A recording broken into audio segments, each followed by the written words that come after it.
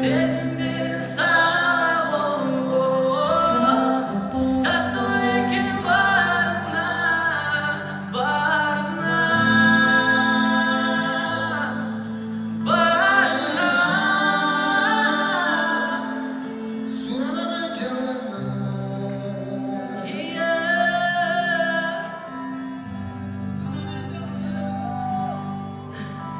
Surana canına Sunanamı canlı Surana canına İnşallah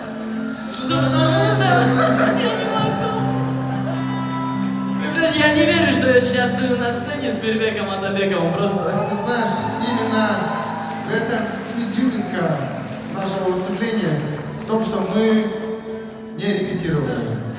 Это, да, в этом есть душа. Давайте громко поаплодируем Амиру